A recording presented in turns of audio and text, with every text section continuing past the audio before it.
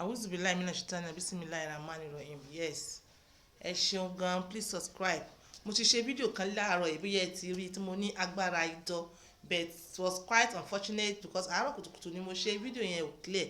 Àmọ́ notwithstanding, we are still here. Gbogbo ẹ̀yin tẹ́ ń gé idán fún àwọn ọmọ obìnrin because àwọn kan tí ń ṣe nílùú nínú villages wọ́n ń ṣe, àwọn Haúsá wọ́n ń ṣe, ẹdẹ náà rẹ̀ gbogbo gédọ̀gédọ̀ gbogbo nǹkan tẹ́ ẹ gédọ̀ fún kò ṣiṣẹ́, kò mú target. Wọ́n ní wọ́n ń ṣe pé kí wọ́n bá mọ tẹ̀lé ọkùnrin, but kò make ẹ̀, it's not working. Inú àwọn tí wọ́n gédọ̀ wọn ní tipẹ́tipẹ́, ṣé àárí àwọn tó ń ṣèṣekúṣe ń bẹ̀ àbá àrá àwọn tó ń tẹ̀lé ọkùnrin ń bẹ̀, ṣé àárí wọn. So initiative tí wọ́n plan ẹ̀ fún kò ṣiṣẹ́, ẹ yé waste owó. Àmọ́ nǹkan tó kàn dùn mí náà ni pé ó ṣe mí láàánú pé àwọn ọmọ tí wọ́n kò sí wàhálà, ìnira, pains, ìgbà míì kíkíní yẹn tó jiná ó mọ́ take time. Ìgbà míì gan kò tiẹ̀ jiná pátápátá, kò í jiná pátápátá. Torí tọ́wọ́ bá ṣe ń kàn ó máa dùn yàn. Kò síbi tó yẹ dùn yàn náà, bá gbẹ́ bíbà ká gbẹ́ tá họ́họ́ ó máa padà wá dùn wá náà ni. Àmọ́ àti tí wọ́n ti wà already exposed ó máa tètè máa dùn wọ́n. Kò make ẹ jáwọ́ nú àpọ̀n tí ò yọ. Níjọ́ wo níbí báyìí, it is not this month, it's not like 2 months ago. Mo sèyàn kan lọ sí ibi village kan. So bí mo ṣe débẹ̀ ni mo bá rí ọmọ yẹn, wọ́n gbé wá fún ìtọ́jú àwọn tó ń ṣe bí alágbo. Obìnrin ni àmọ́ kò rí sọmọ tó dàgbà, ọmọ kékeré báyìí. Wọ́n ní wọ́n circumcise láìpẹ́. I don't call it circumcision, I call it mutilation. Tí wọ́n ṣe mutilate ẹ̀ tán ni ó fẹ́ fẹ́yàwó, ó fẹ́ fọ́kọ, sorry, ó fọ́kọ yẹn tán.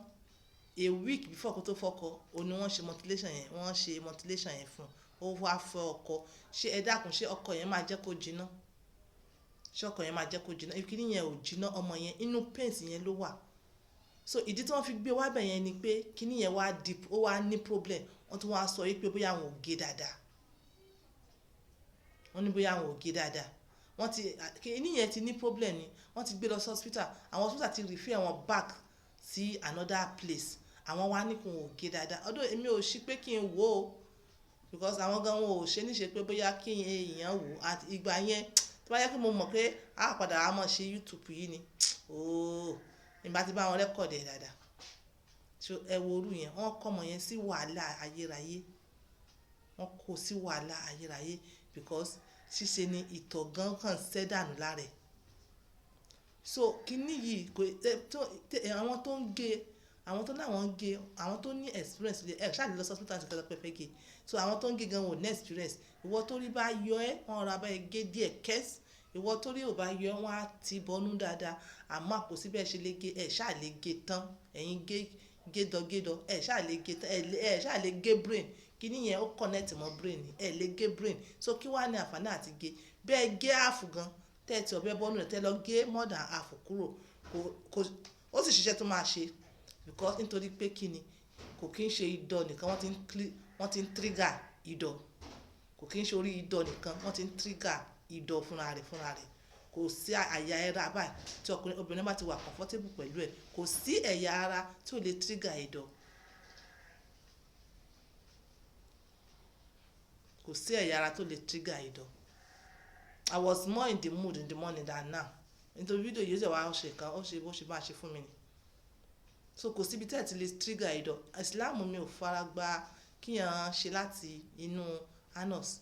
Kò sí ó lè trigger idọ̀. Vagina ó lè trigger idọ̀. Orí iwájú bíbá yìí náà, orí ọyàn ó lè trigger idọ̀. Kò síbi tẹ́ẹ̀ tí lè trigger idọ̀. So kí ni àǹfààní àti wá gé? Àǹfààní àti nǹkan tẹ́ ẹ ṣe láàrin yẹn ni pé àwọn tó gé, wọ́n bá forí kan bẹ̀ ó máa tètè trigger. Àmọ́ ẹ̀yin bá ṣe sọ lẹ́ẹ̀kan yẹn, mo ṣe sọ lẹ́ẹ̀kan ní the other video yẹn. Àmọ́ ẹ̀yin tẹ́ ẹ gé ara wọn ò ní tètè ṣẹ́gìrì. Àwọn tí wọ́n gé àwọn tí wọn ò gé ara wọn máa tètè ṣẹ́gìrì. Nǹkan tẹ́ ẹ ṣe láàrin yẹn nìyẹn. Kí ṣe pé bóyá ẹ pa kankan, ẹ pa dùn, ẹ pa anything, ẹ ṣe anything, ẹ kàn kó wọn sí dààmú. ẹ kó wọn sí dààmú imagine ẹ sọ pé ẹ fẹ́ gé idọ̀ ọmọ ẹ fẹ́ gé idọ̀ ọmọ ẹ gé ní kékeré ẹ wá ń gé táwọn ọmọ yẹn ti di bíi 15, 16 why ó yẹ kó arrest àwọn parent yẹn ó yẹ kó arrest parent yẹn ó yẹ kó arrest henceforth màá fojú kalẹ̀ lẹ̀ kí n rí ìyá kan kó sọ pé òun gbọ́ ọmọ wa òun wá ṣe kinní yẹn òun wá ṣe mutilation yẹn èmi ni màá gbé lọ sí ọ̀dọ̀ woman rights àyìn gédọ̀gédọ̀ ẹ kú ìyá ẹ kú òṣì ẹ kú ràndàràndà ẹ lọ and use your strength for another thing use your strength for another thing stop doing that thing it's not killing anything it's not killing any pleasure it's not killing any sweetness it's not àwọn tí wọ́n gé dán àwọn gan ni wọ́n organs jù so kí wàá ní kókó I will stop here because video 18 pọ̀ mi fẹ́ kó pọ̀ bye for now.